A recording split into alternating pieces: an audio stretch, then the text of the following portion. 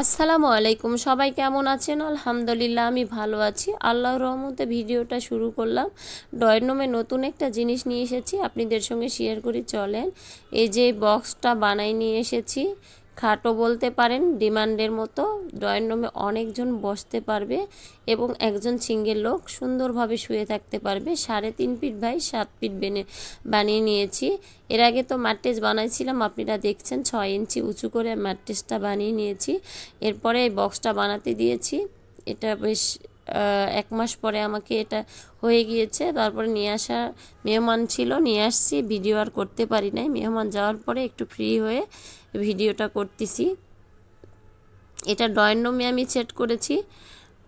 Drawing রুমে বেশ জায়গা হয়েছে, অনেক গেস্ট আসলে বসার জায়গা হয়, যেহেতু বেশ কিছু সোফা আছে।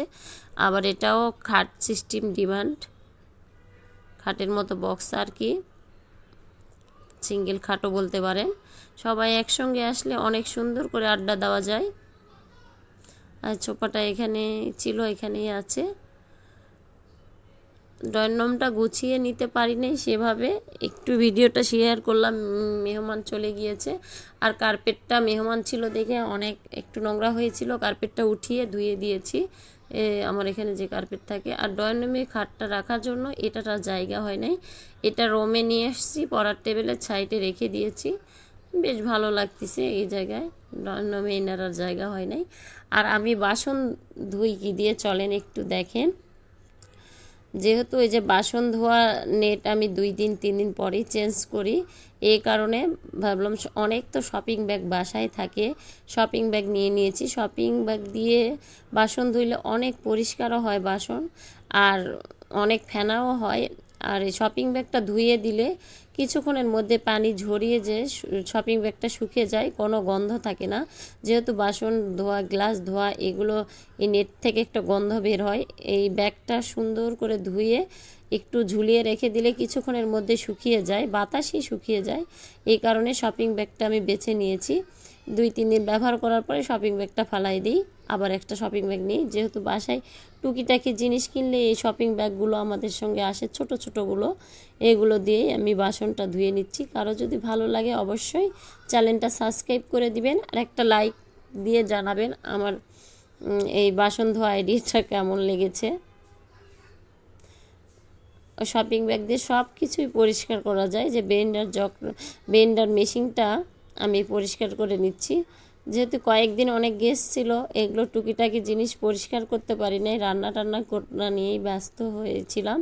এগুলো একটু ময়লা হয়েছে, একটু পরিষ্কার করেছি। সব ফার্নিচারই আমি কয়েকটা ব্যাগ রেখেছি, ফার্নিচারও তো পড়ার টেবিল সব কিছুই আমি এগুলো দিয়ে একটু মুছে নিয়ে, স্প্রে দিয়ে মুছে নিয়ে, এই যে পুরাতন একটা গামছা, এই গামছাটা আমি টুকিটাকি ফার্নিচার মোছার কাজে, এই জিনিস মোছার কাজে ব্যবহার করি। গামছা দিয়ে দ্রুত পানি শুকিয়ে যায়, মুছিয়ে নিলাম। এই যে করলা গাছ লাগাইছি, আপনাদের সঙ্গে শেয়ার করি। করলা নিয়ে আসছিলাম, আর হচ্ছে গাছ লাগানোর জন্য কিছু মাটি ছিল, এই বিচিগুলো ফালাই দিয়েছি। বেশ সুন্দর করলা গাছ হয়েছে, আপনাদের সঙ্গে একটু শেয়ার করলাম। দেখা যাক করলা কেমন ধরে।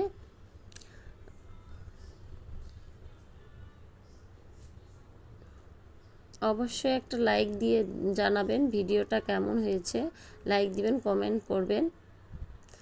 টেবিলটা মুছে নিচ্ছি। টেবিলের উপরে যে ম্যাটগুলো থাকে আমার কাপড় সব উঠিয়ে ফেলেছি, উঠিয়ে ধুয়ে দিয়েছি। যেহেতু মেহমান চলে যাওয়ার পরে সব কাজগুলো একটু বেড়ে গিয়েছে। কার্পেট ধুয়ে দিয়েছি, কুশনের কভারগুলো কিছু ধুয়েছিলাম, এই যে এগুলো ম্যাট ধুয়ে দিয়েছি। টেবিলটা মুছে নিচ্ছি। আমি তো বললাম আমি পুরাতন গামছা দিয়ে এগুলো মুছতে খুব পছন্দ করি, গামছা কেটে আবার গামছা দিয়ে, কারণ অনেক সুন্দর পানি মানে ছোপ করে নেয় গামছাগুলো দিয়ে। টেবিলটা স্প্রে দিয়ে সুন্দর করে মুছিয়ে নিলাম।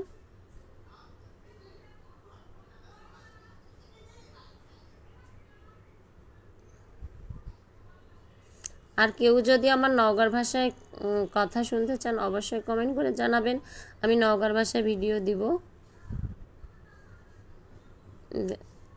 আল্লাহ।